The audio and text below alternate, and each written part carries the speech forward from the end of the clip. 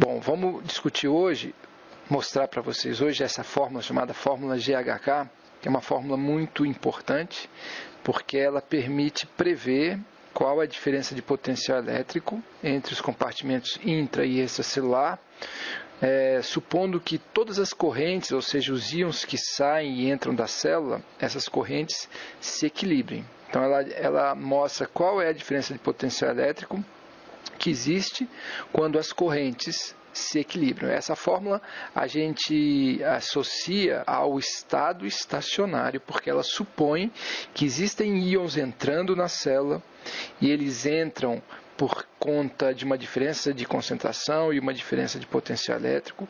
Existem íons que saem da célula por conta de uma diferença de concentração e por conta de uma diferença de potencial elétrico. E essas correntes que levam os íons para dentro e outras correntes que levam os íons para fora, chega um certo valor de diferença de potencial elétrico, onde essas correntes se anulam.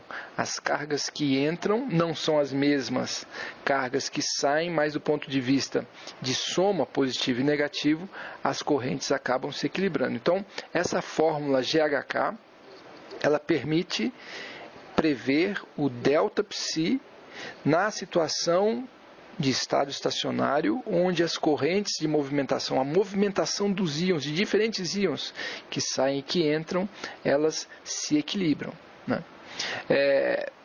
Muito importante, o ΔΦ,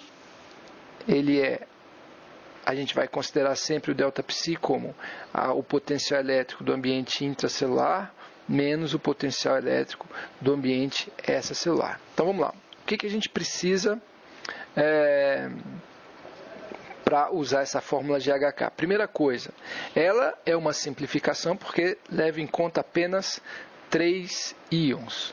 A gente pode fazer a fórmula com um maior número de íons, mas esse exemplo que eu vou mostrar para vocês só leva em conta esses 3 íons, que são os 3 principais íons que definem, ou a partir dos quais a gente consegue descobrir a diferença do potencial elétrico. Então, o exemplo que eu vou dar aqui, a gente sempre vai considerar somente íons sódio, potássio e cloreto. O que a gente precisa saber para usar a fórmula GHK e chegar à previsão da diferença de potencial elétrico?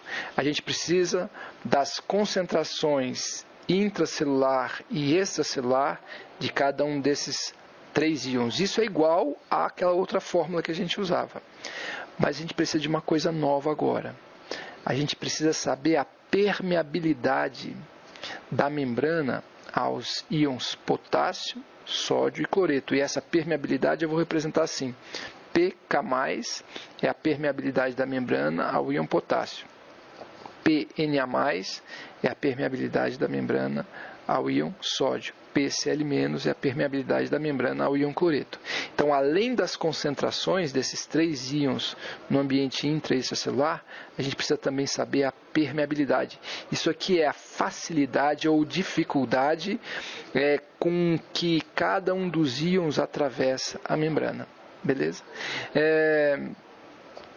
Então, esses são os dados que a gente precisa para calcular. A permeabilidade é a função, na verdade, de qualquer partícula, qualquer proteína integral de membrana que facilite transporte esse íon potássio. Isso pode ser transporte passivo ou ativo. Pode ser também a taxa com que o potássio passa pela bicamada lipídica, mas isso é desprezível.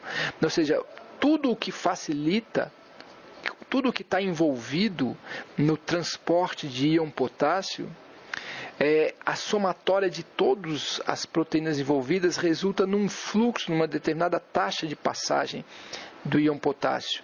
E essa taxa de passagem depende das concentrações e depende também da permeabilidade. Então, a permeabilidade da membrana ao íon potássio dá mais ou menos ideia assim, quantos poros e qual a eficiência dos poros que existem para o potássio na membrana. Mesma coisa para o sódio e para o cloreto. Ok? Então, isso aqui é uma novidade. Isso aqui não existia nas outras fórmulas. A gente vai precisar das concentrações, mas também a gente vai precisar das permeabilidades. Agora, qual é a fórmula em si? é uma fórmula esquisita, gente. Essa aqui. Ela é semelhante à nossa fórmula de ΔG, mas preste atenção, ela tem algumas diferenças que são muito importantes. Então, tem ΔPsi é igual a menos RT sobre constante de Faraday, mas aqui eu já não tenho a valência do íon. Ele não pode ter a valência, porque eu estou trabalhando com 3 íons diferentes. Então, a diferença do potencial eletroquímico é igual a menos RT sobre constante de Faraday vezes logaritmo neperiano. Aqui, eu vou colocar uma soma de concentrações. Cada concentração multiplicada pela permeabilidade do íon. Então, é a concentração do sódio no ambiente intracelular multiplicada pela permeabilidade do sódio, mais a concentração do potássio no ambiente intracelular multiplicado pela permeabilidade do potássio, mais, e agora presta atenção, é a concentração do cloreto no ambiente extracelular multiplicado pela permeabilidade do cloreto. Isso aqui é uma coisa diferente, é uma coisa que a gente não tinha visto ainda, porque a outra fórmula sempre coloca no numerador o ambiente para o qual ele está indo. E a gente não mistura, né? A gente faz o cálculo de 1 para 1. Então, aqui a gente mistura. Aqui a gente vai colocar sódio, potássio no numerador, concentração do ambiente intracelular, mais o cloreto do ambiente extracelular.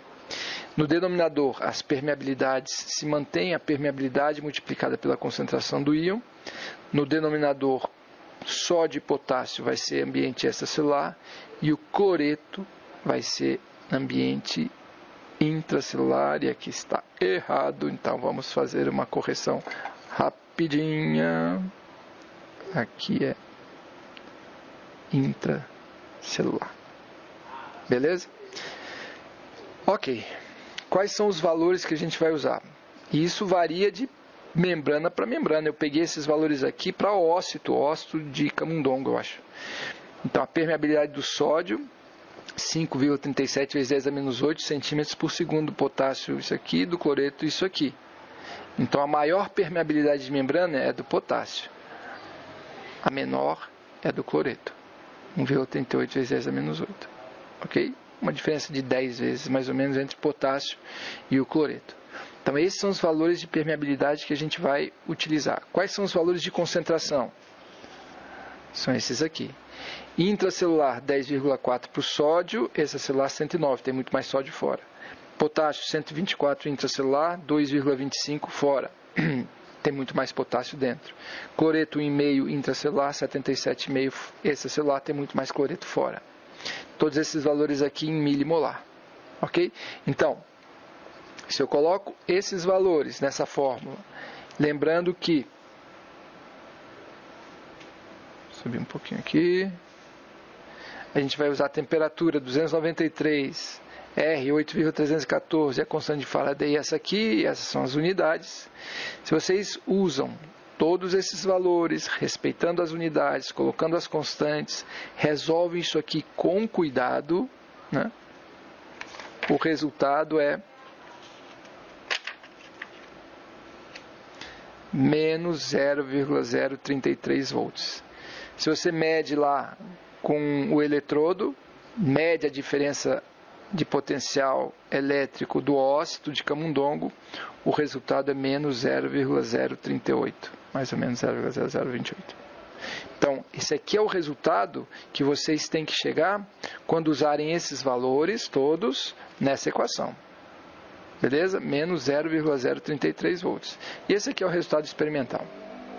Então, vocês vejam que a proximidade é muito grande, né? E obviamente não dá exatamente o valor, porque como você usa valores experimentais, tudo isso aqui é determinado experimentalmente, isso aqui também é determinado experimentalmente, qualquer erro aqui se reflete num erro do ΔPsi teórico, que deu menos 0,033. Bom, mas de qualquer maneira é uma ótima ferramenta de previsão.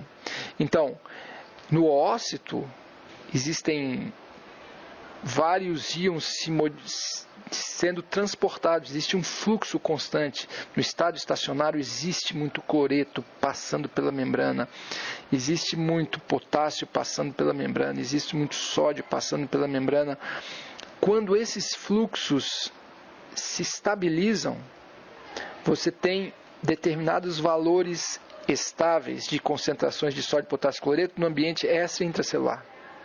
E você também chega num valor estável de ΔPsi. Então, você pode determinar as concentrações de cálcio dos íons, determina as permeabilidades, prevê o ΔPsi. E, realmente, a concordância é muito grande. Então, a fórmula GHK, repetindo, ela permite calcular o ΔPsi no estado estacionário. Ou seja, quando as correntes de partículas que se movimentam, no nosso caso, sódio, potássio e cloreto, quando essas correntes se anulam. Ok? Então, por favor, repitam esses cálculos com esses dados aqui e para ver se eu realmente acertei. Eu acho que eu acertei, mas repitam para ver se está tudo certinho e mandem para mim, eu sorteio mais meio ponto.